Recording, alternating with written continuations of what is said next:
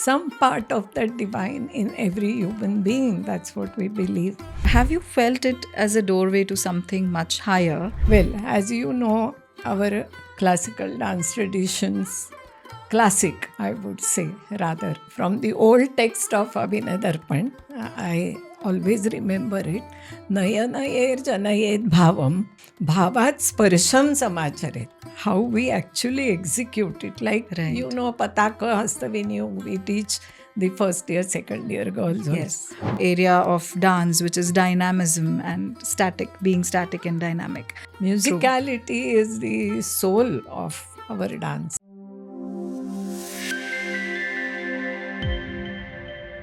Namaste, and a very warm welcome to all our listeners. I am Priyanka Ghate, and I welcome you to Mudras and Metaphors, a conversation exploring many dimensions of performing arts. Today, I'm truly honored to have with us Guru Sucheta Bhide one of the most respected exponents of Bharatanatyam, a living legend in the field of Indian classical dance. With decades of experience, she has dedicated her life to teaching and performing Bharatanatyam. She is the founder of the Kalavardhini Trust, which continues to nurture and propagate classical dance. Her path breaking work, Nritya Ganga, is a stylistic innovation that beautifully blends Bharatanatyam with Hindustani classical music and its rhythmic structure. Her contributions have been recognized with the prestigious Sangeet Natak Academy Award. Her journey has deeply inspired my own path in dance, especially as I was fortunate to train under her guidance for some time. An experience that gave me a mere glimpse into her vast, unique, and a great outlook on classical dance. It's indeed a privilege to have you with us today, Suchita Tai. Thank you so much for accepting our invitation and coming here on our first podcast. Tai, it is indeed a privilege to have you today with us on this podcast, Mudras and Metaphors. And I would love to transition into the questions directly because I have so much in my mind and I would really wish to ask everything that I have. So I'd love to begin with some questions that reveal the true soul of Indian classical art forms, especially the performing arts. And I would love to understand your valuable thought process on the same. So many people see dance as a mere performing art, but in the world of this Indian classical dance, I think almost every senior guru or dancer that I've heard from has treated it as almost like meditation or worship or even sometimes liberation. And in your decades of personal insights and deeply evolved understanding of dance, have you felt it as a doorway to something much higher, especially when you are effortlessly performing on stage and at the same time you touch some higher realm at the same moment? So, could you share a defining moment where you have felt this transcendence? First, I say namaste to all the viewers and to you. Now, turning to your question. Well, as you know, our classical dance traditions, classic, I would say, rather, were nurtured in temples and addressing the deity, the divine. But we have also this belief that we have the soul, the relationship and soul and the divine. We have some part of the divine in every human being. That's what we believe. And so the subjects like Naika, or characterization of woman, has also come into classical dance. From temples, it did shift to stage, but still, that stage where we perform also turns into Rangamancha. As if we dance as if we are performing in a holy place. We want the audience to concentrate on our dance in the same way that we would go in a temple and see the deity. So that feel has remained. However, different uh, now themes we are using, the times have changed, and more girls are exposed to the different dance styles of the world at the same time. I'm happy that the younger generation is taking a lot of interest in our own classical dance styles. More than classical, I like to term it as Abhijata. Abhijata Nritya, something which takes you to the root of the thought, root of the spiritual thought. So, such themes are quite a lot in not only mythological themes, but themes which are more on the intellectual side, on the social side. But we must select a theme which goes to the root of it, to the tattva, the doctrine. And that way, quite a few senior dancers are doing this effort. I myself have done quite a few such themes. So I feel that way any work you do with total involvement True. becomes a devotion, and that So true. relates you to God. That's what I believe. So it continues. Beautiful, beautiful perspective, actually, Sucheta Dai. And I think, as you already said, that it is a living meditation when you take work as your worship. Although, when we speak about deeper connection, I do have one more thought that came to my mind as a student of classical dance. Mudras, or hasta mudras, as we say, it is an integral part of our classical dance, and we use it so easily and so commonly, but we never think of it. It is so fascinating in a way. On one level, they are just visual and literal, where we show something as simple as a flower or a moon or a bird. But at a deeper level, the same mudra can transform. It can carry a metaphor or a nuanced emotion. How do you approach this shift? I was very keen to understand that, from the literal to the metaphorical in your Abhinaya. And do you feel today's audiences can still sense these layers? And is it something, or is it just for the dancer herself, and she is the only one experiencing that shift? Talking about mudra, we call it hasta. Hasta mudra. Mudra is also face. So, along with when you are teaching Vini Yoga, it is not just showing the shape of that thing. So, I divide it into three types of mudra. Some which are like, now I'm saying automatically this comes. So I'm expressing something. So to express emotion also we use hasta. Sometimes to show a particular a bird, but then are different birds. There are birds with long tail. There are birds like peacock. So different ideas will come when you True. say kokira, Hmm. the koyal. Yes. Her voice is different, so that will so hasta language of hasta is just showing the words. Okay. Along with that, the facial expression is very, very important. Then this language becomes legible. Yeah. Otherwise, audience, what nowadays girls think, when I've done the hand, I've shown the meaning. It's not True. true. True. Mm-hmm. So one shloka from the old text of Abhinay Darpan, I always remember it. Nayanayer janayed bhavam, bhavat sparsham samacharet. Sparshad dravam utpadyam, ratim paschat samacharet. So this, and also angen alambayed geetam. You should sing with the whole body. Hasten artham pradarshayat. It only gives the word meaning. But beyond that, chakshurbhyam darshayat bhav. With that, the bhav should be there. Like you said, flower. Flower you can show, but if you are saying, I'm so sad, even that flower, my face is like a flower which is closed Wilted, now. yeah. Yeah, gone.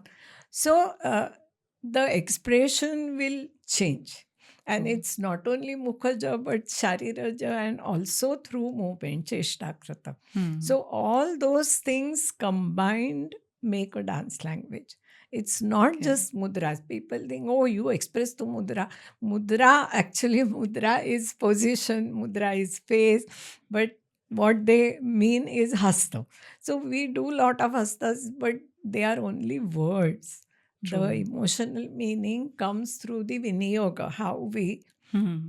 how we actually execute it. Like, you Right. know, Pataka Hasta Vinayog, we teach the first year, second year girls also. Yes. But apart from saying no, but you can say no, no, no, or you can say no, or no, I don't want it. So that with all the other expression, it will change meaning of that no. Absolutely. Hmm?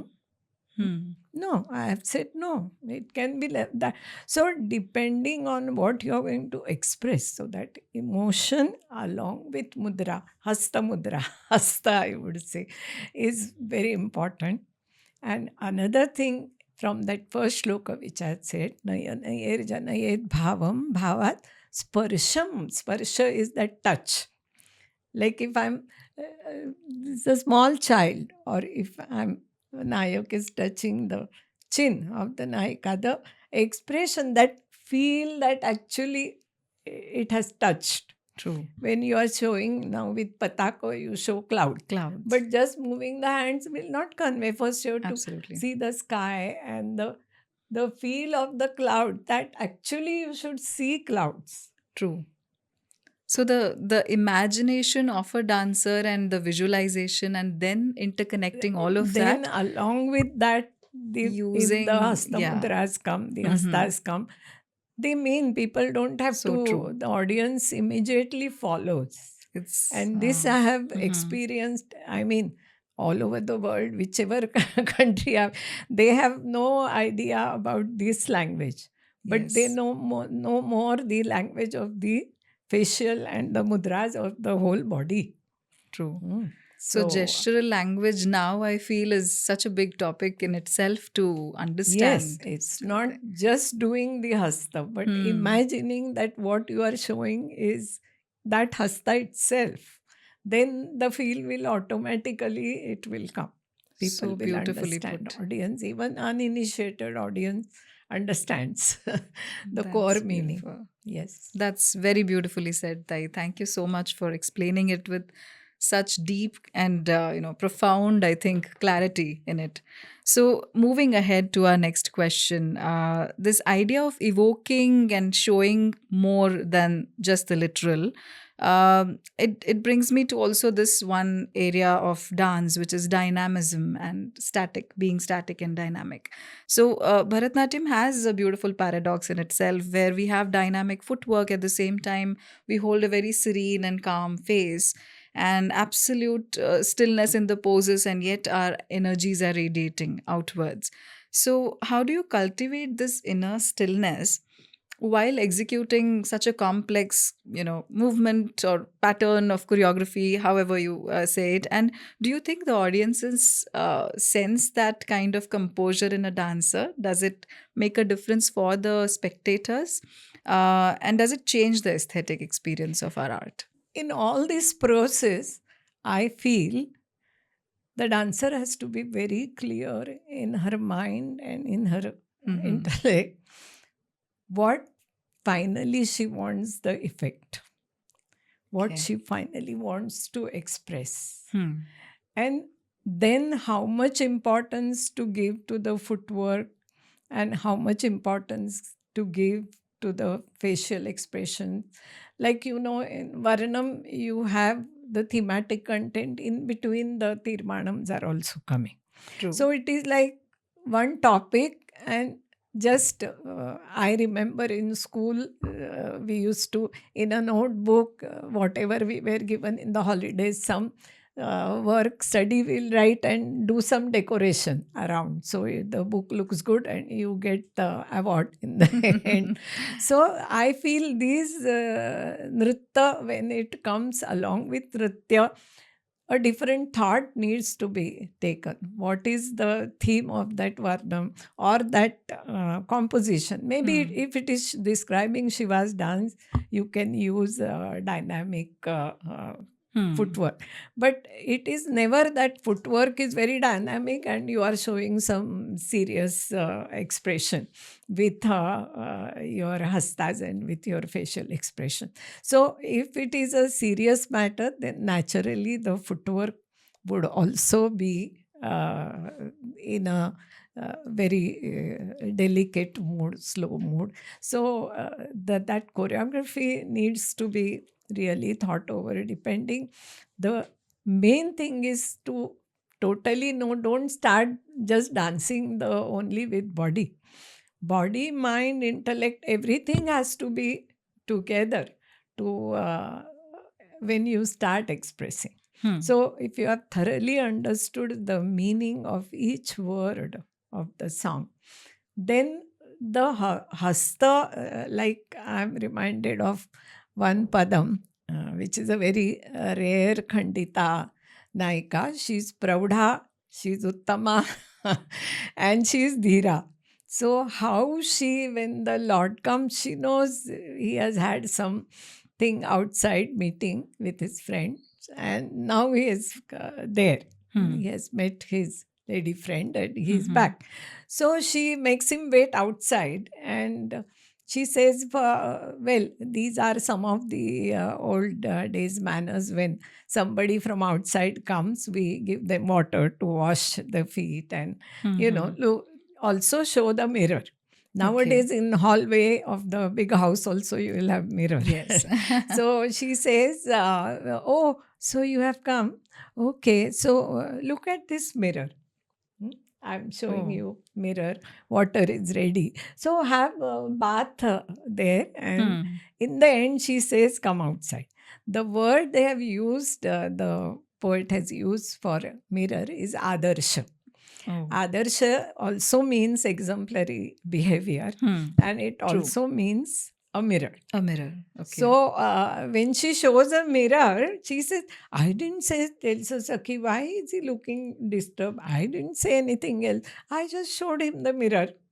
So here that hand, she wipes it and then she, see, look in the mirror. It's not like that.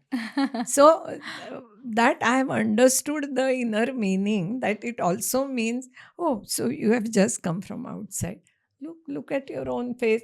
She's not saying that all you're disabled and all those marks and nothing. Only this.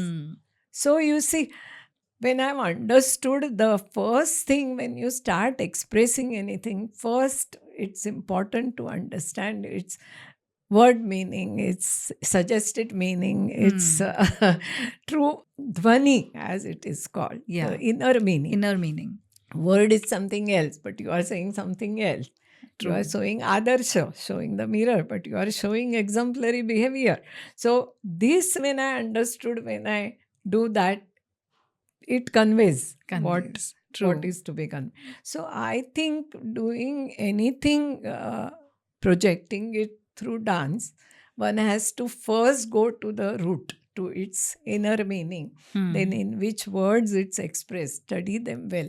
Then comes the part of music. Musicality is the soul of our dance. Absolutely. So music also, even if there is no word, sometimes the music is expressing. So all this, when the dancer takes into consideration, then whether the audience knows the technique or not, or even sometimes the language, doesn't matter. But the meaning reaches. So true. So I think it's the dancer's clarity of thought, her imagination, and her interpretation, and then how she is being suggestive at the same time, using the literal meaning of the lyrics probably and the music. So it's all coming together as a whole, and only then I think we can find this. So the stillness and dynamism, as we spoke, Tai, this whole thing of having a very clear perspective about what you want to actually achieve through your performance, that stillness comes through that clarity. Is that how we can say that? Mean. Okay. Yeah. That's what I mean. All right. And then, as we say, dance is sculpture in action, and sculpture. Some sculptures you just see, but you feel that, well, that she has just lifted the leg. Next moment, she's going to keep that down. True. So both sculptor has to know dance and dancer has to know Right. sculpture. And then those poses shouldn't be just for taking the poses. They should come out of movement and then again blend into the movement.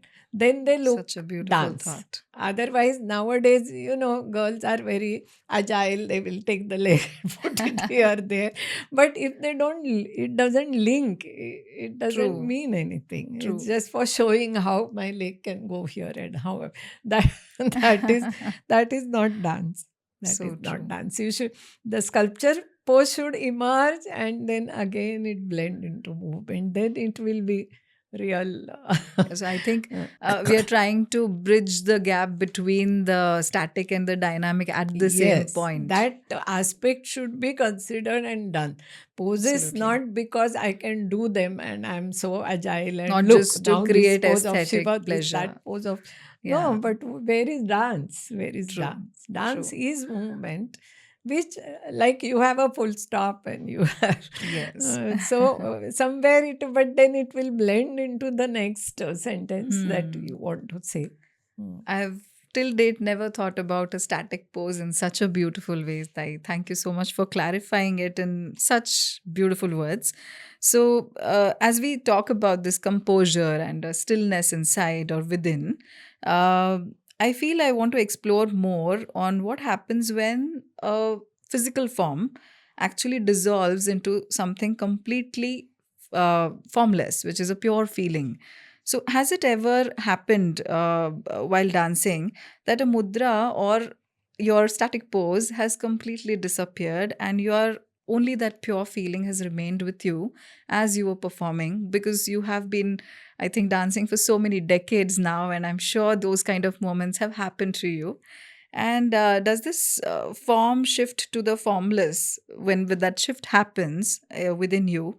Uh, is it either one side where you are, or you're connected to both ends at the same time? So I was very keen to understand what is your internal process that happens. For me, dance is Sangeet, like we say, music and movement and everything in Sangeet. All three are there, dance, drama, music. So, Riyaz in practice, you do the physical form separately. Mirror can be a best guru. I mean, for me, sometimes, whole thing when you are dancing, you don't look into the mirror. But certain posture, certain hair, little bit of line, all that mirror can give you physical thing. But when I'm on stage, I think I only listen to music. I don't think now I have to do this and I have to do this. That meaning is there, and I'm listening to the music, and whatever practiced in Riyaz comes out. Now, one such moment I clearly remember. There is a song, Marathi song, King Shahji, yeah, where he is saying, song words are simple. Dina muna daya kari deva, नानाविध तुझ प्रीती कराया नाही शक्ती मज Shiva. Oh, I'm helpless. I'm Dina. Please save me. I have, what can I offer you? And this is actually King Shahji was a king. I have so much of money, I have so much of wealth, whatever, clothes, but you wear only tiger skin. What can I give you? Ornaments, yes, I will give you. Oh, but you wear only the skull. So, what can I give you? Like this, the song goes on. So, I have finally says, Natane tujar jo batalya nata shikhamani tu. I feel I know dance, so I will. But you are the supreme dancer. So, what can I give you? I'm Deen, I'm helpless, I'm at your feet.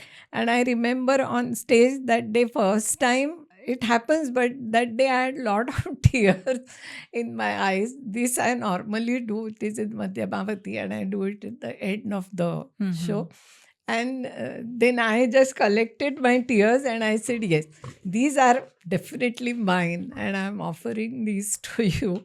So, Dina Muna Daya Kari. So I think that came. I could feel that there is something much larger Hmm. than this whole universe of mine, whatever life of mine, whatever I am.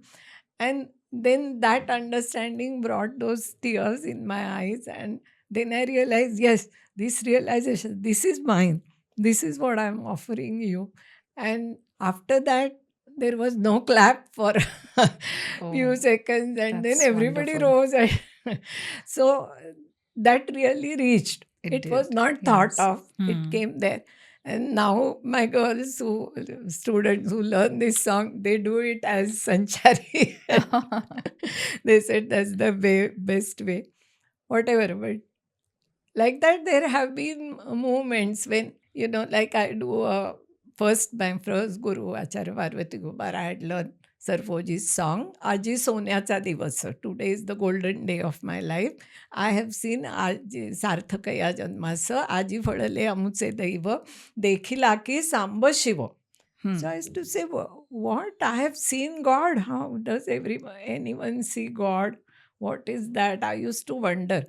But then we used to go atop Sinhagad, which is very close to Pune, Mm-hmm. and standing on that Tanaji, where this lady had climbed upon that rock, and seeing the whole sky and the universe, I felt, yes, I felt the existence of that Nirguni God. And whenever I dance and I want to show God, because I also grew up like in the old way and also the modern way. The things are changing so fast, life is changing so fast. But this is my way of understanding God, something which is you are born in certain family, you will grow in certain way, you will die in certain way, but then what is in your hand? Hmm. I feel then what is, everything is destiny, whether you recognize or it or you don't, destiny is there. True. You can't decide where you are born and where you will go. It happens, but then what is in your hand? So I feel whatever you do, deriving joy out of that, that is definitely in your hand, that nobody can decide. Uh, what did I do? I didn't do well, I should have done. No, but this I did and this I like. The process should be enjoyed, and that joy is always yours. It's totally yours, and you can take it whether you reach your destination or not. Hmm. You enjoy the travel. True. So this I have always kept in my mind, and this is the way I understand God or godliness or that saguna. Also I can see God, and nirguna also I can feel God. That is so thought provoking, Tai, and I wish even 1% of that experience, if it happens to young dancers today, I'm sure it is a bliss in itself, not just mere joy, I guess. So, Tai, that leads us to something that I've always wanted to ask you. Because when we started learning Bharatanatyam, the first thing that we noticed about dance is beauty and the aesthetics of the Indian classical dance. So, as we speak about Saundarya Shastra, or we have heard about it, and Saundarya Shastra usually, or the aesthetic philosophy of dance, it speaks of beauty not just as the outward form or the physical beauty, but as an inner resonance. And how does a dancer embody this philosophy in her own practice on a day to day basis? And do you think dancers today are exploring that deeper aesthetic, or they are just getting lost in the spectacle and the glaze and the speed and all of that?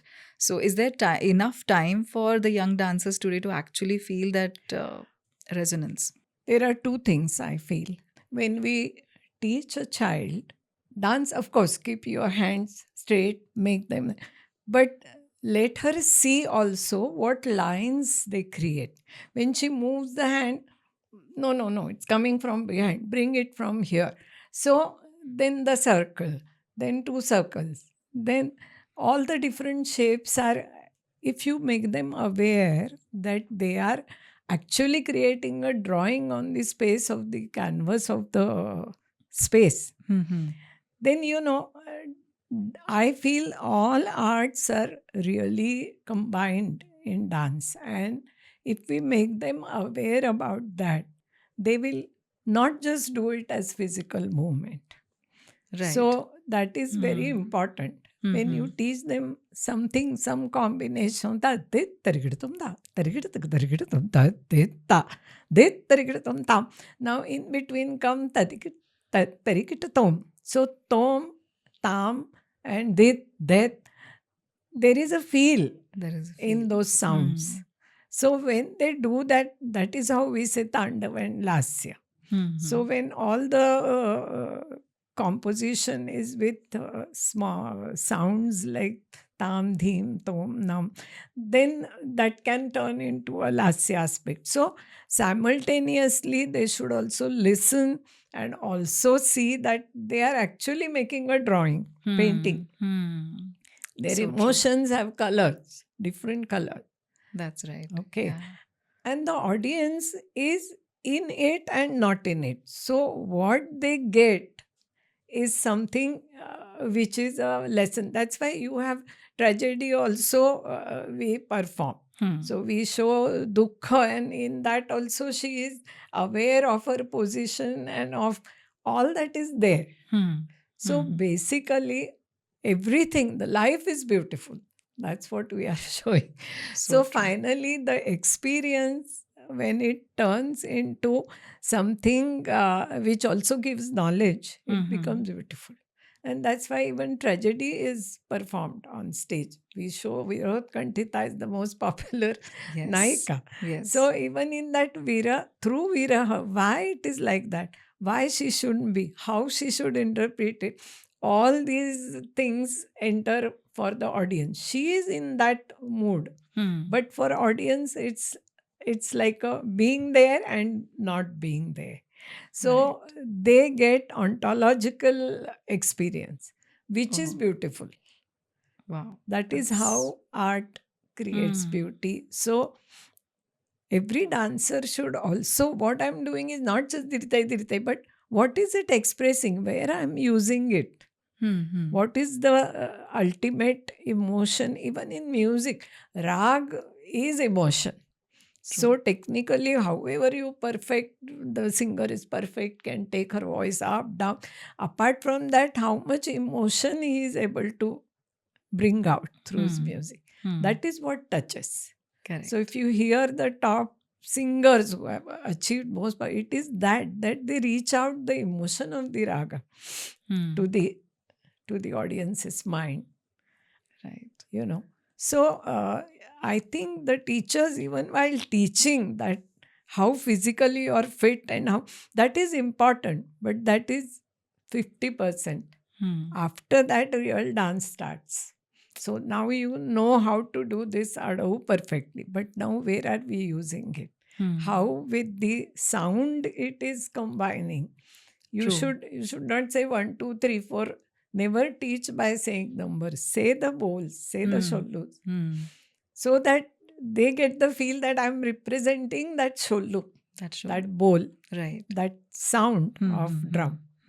You see? Yeah. So that will create that feel, I'm sure. That dance combines all the arts. That famous Vishnu Dharmottara story, everybody knows that to create dance, first beautiful sculptures, he had to learn drawing, then to know about lines and form, dance, to know dance, music, literature, everything it combines.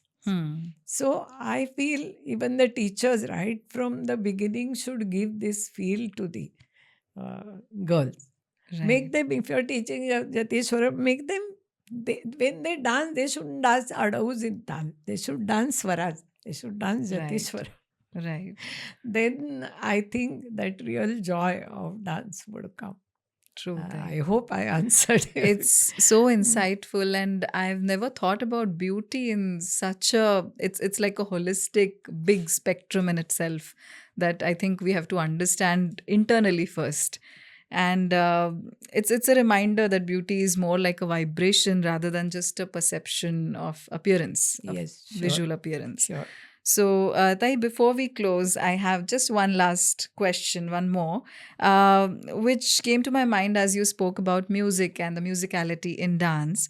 So, classical music is often termed as universal, and everybody agrees that it transcends the religion, culture, nationality, languages, Yes, everything. absolutely. And do you also feel Indian classical dance as a visual and visual art form is has also reached that kind of universal appeal, and especially can it touch the audiences deeply, even if they are not familiar with Indian mythology Yeah, or the concepts? absolutely. If you are one with that music and what you are expressing, I just remember once in we were in East Africa, and we were going to Nakuru, Kisumu, various places. Mm-hmm. The driver was a resident person. He had never been out of Africa, and he used to wonder what we do, go inside everywhere and do.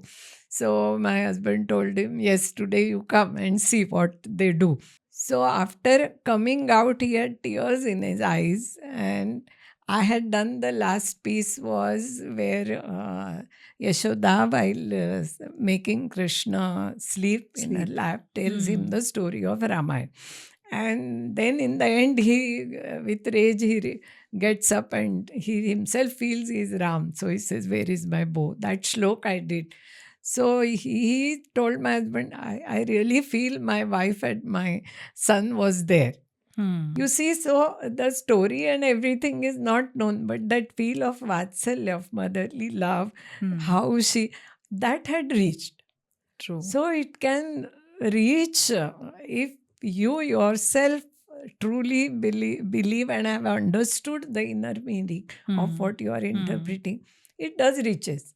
Just necessary. I have performed several, 10 times. I have traveled to France and performed in various small places in small halls.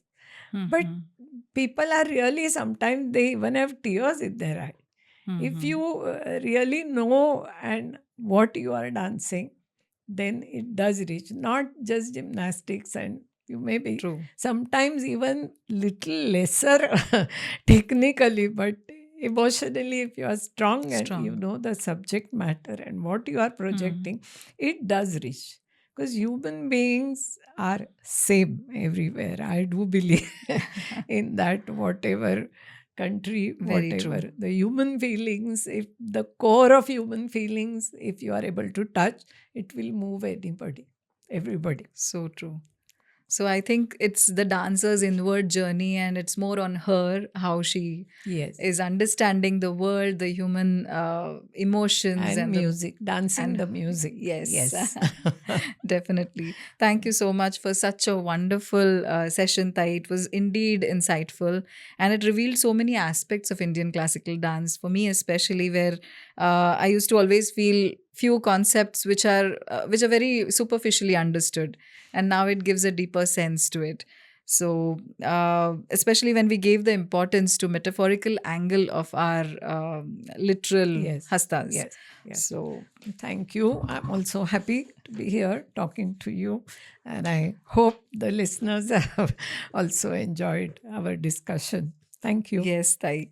Thank you so much to the most revered guru, Dr. Sucheta Bhidesapekar, and for sharing her invaluable insights today and experiences that matter so much for the younger generation. It's been truly inspiring, Tai, to hear about the deeper dimensions of Bharatanatyam from you.